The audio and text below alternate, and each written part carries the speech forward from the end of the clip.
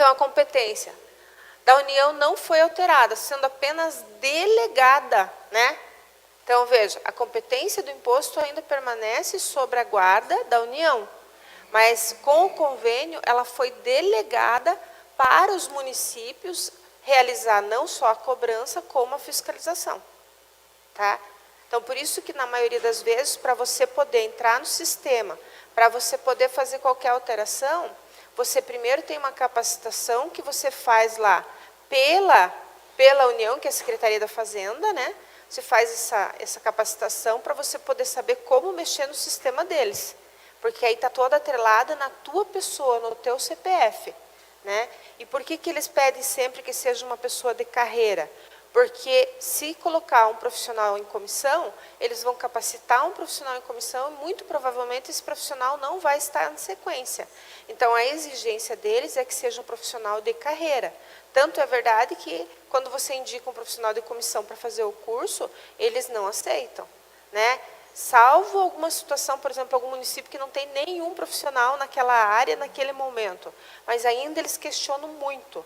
Então, aqui é importante que a gente atente para isso. Primeiro, se eu não fiz o convênio do ITR, pretendo fazer, primeira coisa, verificar as datas de curso, né, quando que estão disponibilizados, porque sem o curso não adianta, que eu não consigo fazer.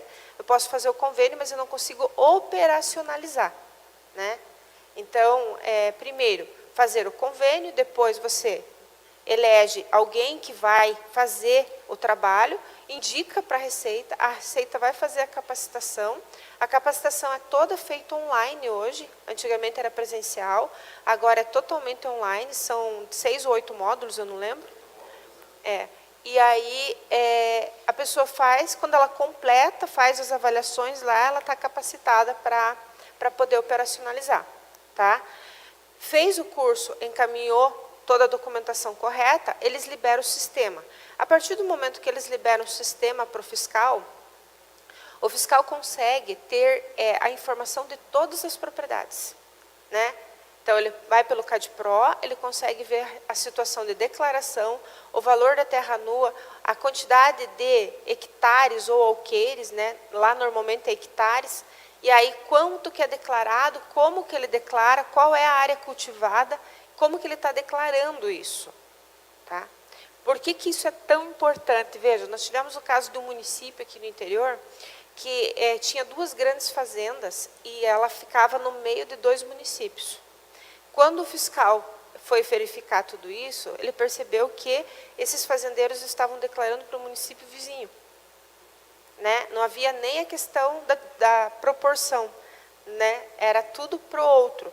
E isso deu um impacto de quase 200 mil, né? No município, porque é um município muito pequeno, uma propriedade, uma fazenda que pega uma dimensão muito grande. Então, às vezes a gente pensa assim, só esses valores pequenininhos. Não, tem valores muito altos, que lá no final, na composição, vai dar um valor significativo para o município. Só para vocês terem uma ideia, esse município que eu estou falando, quando ele fez o convênio, ele tinha um valor de R$60 mil de ITR, que era os 50% que ele recebia da federal. A partir do momento do convênio, lógico, já foi para os 120. Dos 120, no segundo ano, ele já, colocando o valor DERAL e tudo mais, foi para 390 mil. Tá? E dos 390 mil agora, esse ano está em 620. Por quê? Porque ele começou a fazer a fiscalização, verificando que a maior parte das propriedades ou não declarava naquela base, ou declarava um valor bem menor.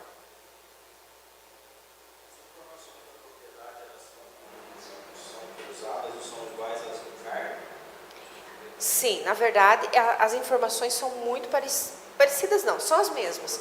Só que tem um detalhe.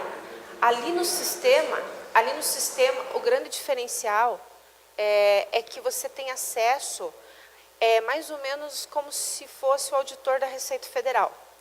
Então, você não tem acesso só à informação da base do cadastro do imóvel.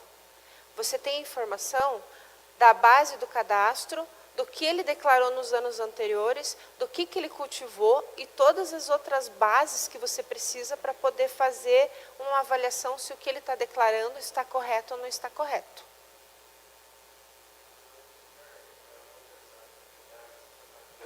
Não,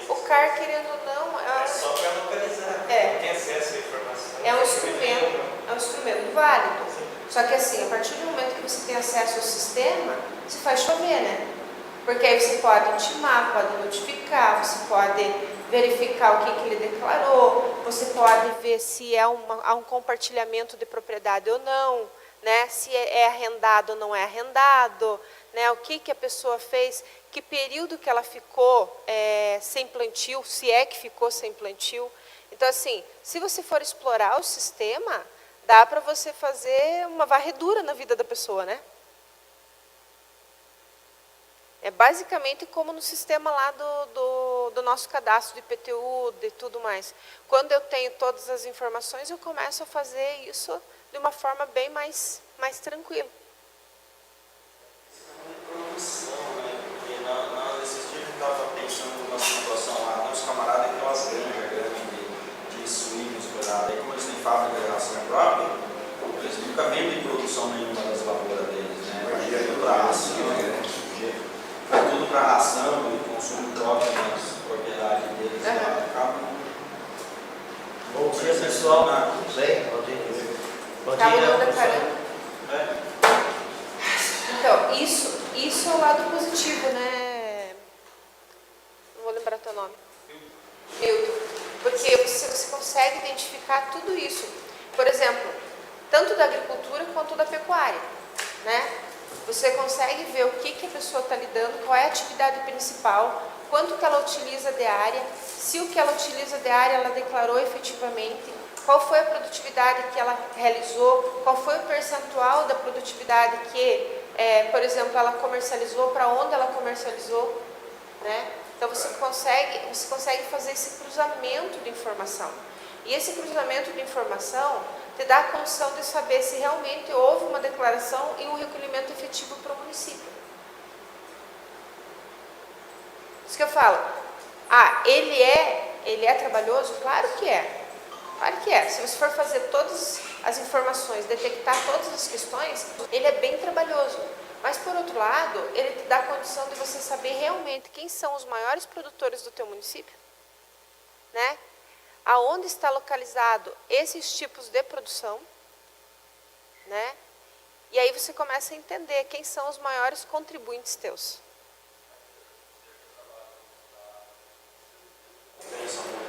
Pode fazer isso, você vai fazer isso. Compensa demais, gente. Compensa demais. Esse caso desse município que eu acabei de falar. Esse município de 6 mil habitantes, de 60 mil de TR, passar a 612, Os caras declaram 10% do valor. né? É um valor mais do que significativo. Mas declara isso. Oi? Mas declara 10% do valor. 10%? Laranjeiras tem um convênio de TR? Recebe de 100%? Eu não sei dizer para a professora. Tá. Então, você está obrigado a curar TR toda pessoa física ou jurídica em relação ao imóvel rural a ser declarado, exceto aqueles que estão como imune ou isento, né, seja na data efetiva da apresentação, proprietário, titular do domínio útil, possuidor a qualquer título. Então, lá nesse sistema também vai dizer se aquela pessoa está isenta ou não, né? Então, isso facilita bastante para a gente não ir atrás ou não fiscalizar aquele contribuinte que está lá como isento no sistema. Oi? Está muito baixo. Muito baixo. Por mais que, na verdade, talvez, eu não sei qual é a dimensão rural que vocês têm. Né? Então, veja, o que significa isso? Que por mais que vocês tenham colocado o valor geral, significa que o processo de vocês está na fiscalização. Vocês vão ter que começar a fazer a fiscalização das propriedades. E a fiscalização das propriedades tem um quesito só que vocês têm que tomar cuidado. Por quê? Porque ele exige que você tenha um fiscal, mas exige que você tenha um profissional de competência técnica. O que é o profissional de competência técnica? Pode ser um técnico agrícola, né? Ou pode ser um agrônomo, ou pode ser um veterinário, quando se trata de pecuária, né? Por quê? Porque, na verdade, essa pessoa vai na propriedade e ela vai indicar qual é a área produtiva, né? Por exemplo, quando ela vai, ela já verifica a questão da composição do solo, ela verifica quais são as áreas utilizadas, quais são as áreas que realmente não podem ser destinadas a nada, ou, por exemplo, está em situação irregular, que não pode ser produtiva.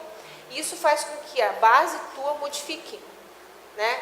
Porque esses 75% que são declarados pela maior parte das propriedades, vai começar a reduzir, né? Vai vir para 60, 40, 30, e aí você começa, porque assim, a maior parte são pequenas propriedades. E as pequenas propriedades, elas produzem, em média, 40 a 50% da área. O restante é destinado para casa, destinado para outras situações. E a composição declarada é de 75%. Então, isso faz com que o valor realmente seja muito baixo. Para o município de vocês aí, vocês deveriam estar bem melhor. Bem maior. O lado bom é que vocês já vão aqui com uma sinalização de que é preciso fazer o dever de casa, né? E o dever de casa no sentido de fiscalização. Aí, a grande questão é, a declaração já foi feita, a retificação já passou o prazo, né? O que vai acontecer? Você vai ter que iniciar o planejamento de vocês para poder fazer o trabalho para o ano que vem, né? Então, o que eu aconselho?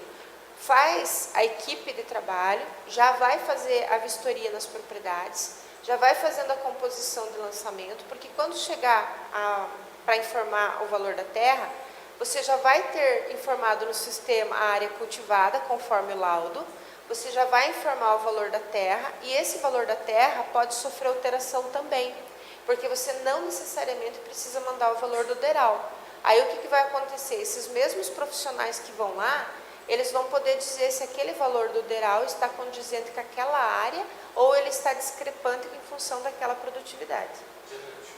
Chácaras de lazer com agricultura de subsistência é IPTU, né? De lazer, normalmente é IPTU. Tá. Então, o que acontece? O que nós temos lá em trabalho? Os donos dessas chácaras de lazer, eles alegam que pagavam ITR, sempre pagavam ITR por conta da nova planta genética, né, foram enquadrados como contribuintes de IPTU. Né, e então eles entraram com alguns protocolos pedindo a manutenção do pagamento do ITR. E aí nós fomos verificar algumas propriedades. Chegando lá, verificamos que a agricultura, que eles alegam que a atividade era de agricultura, é somente de subsistência. Então nós mantivemos o pagamento do IPTU. Em alguns, eles conseguiram comprovar essa atividade por meio da apresentação de notas fiscais do produtor. E aí nós mantivemos o ITR. Sim, está correto. O critério seria somente a apresentação dessas notas para fazer essa verificação da atividade? Sim, porque na verdade a partir do momento que ele está emitindo a nota do produtor, significa que há uma produtividade e há uma frequência. O que não pode é assim, ó. É só uma nota, eu vendi só um animal lá, por exemplo. Nos últimos 5 anos. Aí tudo bem. Porque senão fica aquela coisa muito, né, muito desproporcional à situação do que está sendo requerida. Agora, essa questão da fiscalização que eu estou falando deles fazerem agora, é porque assim, quando chegar lá o período de julho, né, você já vai estar com tudo informado, né, o cadastro já vai estar atualizado, e aí o que acontece? A partir do momento que você já informou como fiscal, né, que a área cultivada é diferente, ele também vai sofrer uma alteração na questão do valor quando você lança a base, né? Porque aí ele não vai fazer a operação em cima dos 75%, ele vai fazer em cima do 40%, do 50% ou do 30%. Então, não parece, mas, por exemplo, hoje uma propriedade que declara 75% de produtividade está pagando R$13 no ano, né? Quando você vem para 40%, ele vai pagar 36, né? R$36 para o agricultor é pouco, mas para o município isso dá um salto lá no, né? Por quê? Porque são 3 vezes o valor do que está sendo declarado, tá? Então, não é difícil de fazer. A única coisa que vocês têm que tomar cuidado é que o profissional técnico sempre tem que estar junto. Por quê? Porque o fiscal, por mais que seja fiscal de TR, você não tem a competência de dizer que aquele solo, né, não é cultivado ou é cultivado. Então, tem que tomar cuidado só nisso. Tá bom? O pessoal nosso lá tem uma equipe, né, o agrônomo, que ele também é o secretário do Meio Ambiente da Agricultura. Aí ele se reúne com o pessoal para estar apresentando o valor de cada um para a gente poder declarar. Perfeito. Já utiliza, pode-se utilizar essa mesma equipe, vai junto, já conhece um pouco, né? Para poder também fazer. Lógico, você pode colocar um outro fiscal? Até pode, mas pelo menos algumas você tem que estar presente para você demonstrar que você acompanhou, por mais que tenha a delegação dessa comissão para poder fazer a visita técnica. Tá? A isenção. Então, a isenção, na verdade, veja, ela tem toda uma conjuntura, não pode simplesmente, vou isentar. A prerrogativa da isenção ainda está no contexto federal, né? Então, por mais que o município tenha a delegação, ela não tem o imposto em si sobre a sua guarda.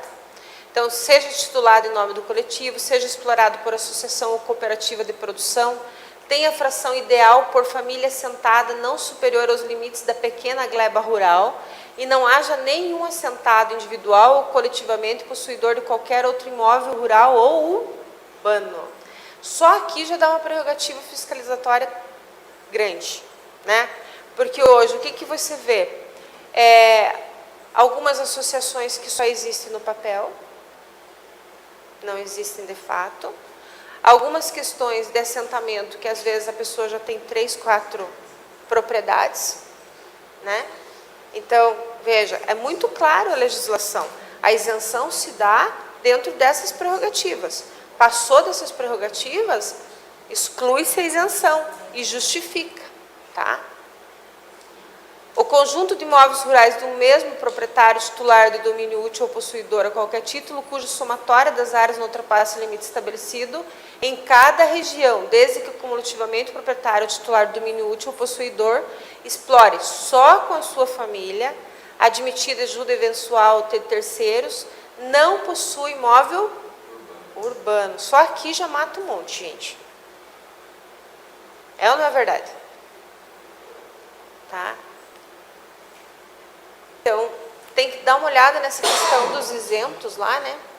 Que também é um processo fiscalizatório. Saber se todos aqueles que estão cadastrados como isento realmente teriam, de fato, a isenção. Tá? E a questão de imunidade, né? Então, a pequena gleba rural, que explora também a mesma coisa, e aí ele vai te dar, considerada pequena gleba, 100 hectares, ser localizado em município compreendido na Amazônia Ocidental ou Pantanal Mato Grossense. 50 hectares, localizado no município compreendido no polígono das secas da Amazônia Oriental. E 30 hectares, localizado em qualquer outro município. Tá? Então, aqui é a mesma coisa, né? O imóvel rural pertencente à União, ao Estado, Distrito Federal ou município, imóvel rural pertencente à autarquia ou fundação instituída e mantida pelo poder público, desde que vinculada às finalidades essenciais ou delas decorrente. E o imóvel rural pertencente à instituição de educação e de assistência social sem fins lucrativos, tá? Desde que vinculada à sua finalidade essencial, atendido o dispositivo do artigo 14 da 5.172, né, de 66, Código Tributário Nacional, ok? Então, está muito claro todas as questões. A situação lembre, enquanto esse imposto está na guarda da União, ele tem uma fiscalização longe. A partir do momento que foi otorgado para os municípios a competência, né, através do convênio, o município passa a ter a possibilidade de fiscalizar melhor isso. Então, não foi simplesmente, nossa, a União abriu mão da receita, né? O que ele fez? Ele disse para o município, você tem como arrecadar mais. Está aqui. Eu abro mão dos 50%, mas você consegue virar isso em 1 milhão.